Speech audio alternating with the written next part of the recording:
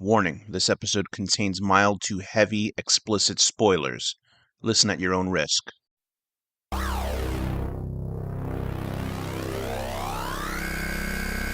Reviews, discussions, and theories about films in horror, sci-fi, and genre. This is the Horror Deconstruction. Like, share, and subscribe to hear more. Nighttime.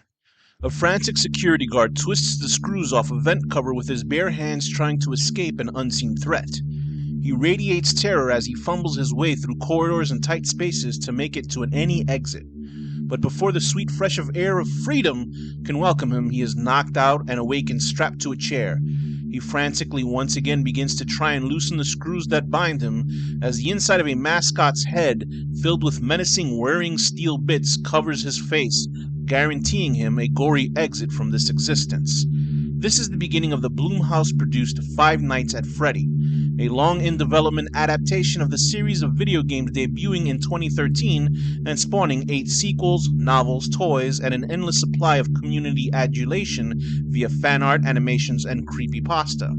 The film was announced in 2015 but did not release until 2023.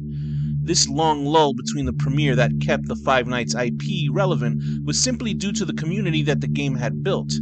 It's pretty amazing that an unusual game that I might have played only once on a Flash website and was too scared to continue had this much staying power. In the meantime, the absolute dog crap rip-off films The Banana Splits, which I haven't seen, and the incredibly awful straight-to-digital abortion Willy's Wonderland came and went, with the latter getting its own following due to the hypnotizing career of Nicolas Cage. Even neat little horror shorts like The Hug, produced by Hulu, try to emulate the seemingly endless enjoyment Five Nights produces. I myself was never a player of the games, but I enjoyed the creepy aesthetic from afar. Killer robots based on Chuck E. Cheese and Rockafire Explosion automaton bands at Showbiz Pizza is a very novel concept. It lingers in the air with automatonophobia, a fear of human-like robots. The character designs of Five Nights are pretty interesting and show that there is great care for world building. Also, the fanbase likes to trade on lore and keeps itself busy with building upon the mythos the game's creator Scott Cawthon introduced. So what do I know about FNAF? It's a game where you look at CCTV footage and try to stop robots from breaking into your office and killing you.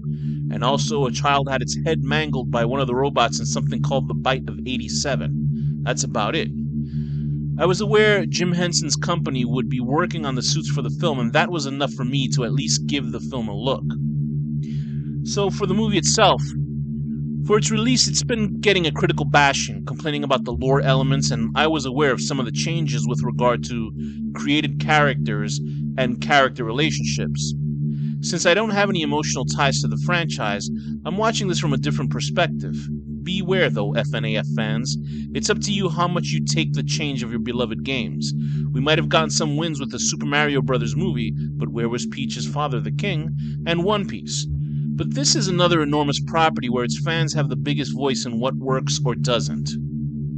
So how does it go as a film? For me, it was completely fine. Having the bar lowered exponentially with Willy's Wonderland, I was impressed with the visual language director Emma Tammy because it actually looks and moves like a film.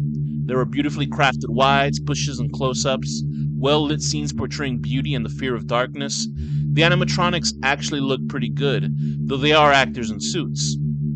The actors are actually also pretty good, the human ones at least, at nailing their roles, like Josh Hutcherson playing the exasperated and haunted Mike, and the sweet and not annoying little sister Abby played by Piper Rubio. Matthew Lillard bookends the film with an obvious villain turn since he's the biggest name of the film. There's also Elizabeth Lale as Vanessa, a stunning police officer who ironically works the beat, cleaning up messes and handing over exposition. As Mike stumbles through life caring for his younger sibling, he screws up a previous job attacking a man who he thought was abducting a child.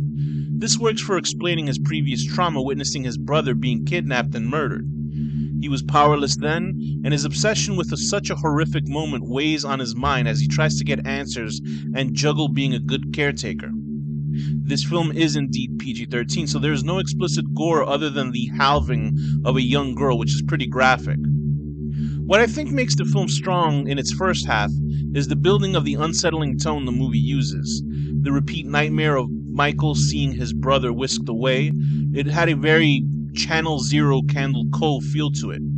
A big budget foray into adapting creepypasta with serious tones. I like it. Hutcherson is a believable broken young man, and the world slowly slipping into being a little off makes it interesting. The robots are glaringly colorful and well performed, but I thought the load was kind of spent once they were all introduced as fun friends for Abby.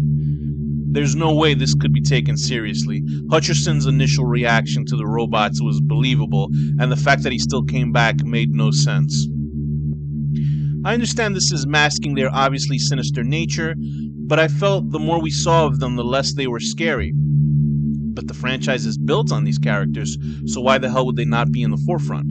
A lot of people are being confused by the storyline, but I think it's actually pretty simple and straightforward. The robots are occupied by the corpses and spirits of vengeful children who were murdered by the same man that took Mike's brother. It's a little out there, but it makes sense in context. I wasn't stunned by the film itself because it was incredible or anything like that. It's a fine film. It's okay. Its writers include the director and Cawthorne, who had to at least publicly cut ties with the franchise in some ways because of his political affiliations. Ironically, FNAF has a giant LGBTQIA following, the same as Harry Potter. The movie never bores in an hour and 40-minute runtime. Its quick and snappy editing does focus a lot on Mike, which I was fine with, but it seems that's a complaint that the other movie reviewers have, that it should be entirely focused on the restaurant itself, which would make sense, but then it's a completely different movie. I appreciate that the director made an effort to actually tell a cinematic story based on a video game. There are, though, a lot of questions I have into the film's ending, which, why were there no investigations into the three guys trying to trash the restaurants and the young lady, the babysitter? Did the cop daughter cover that up as well? Probably.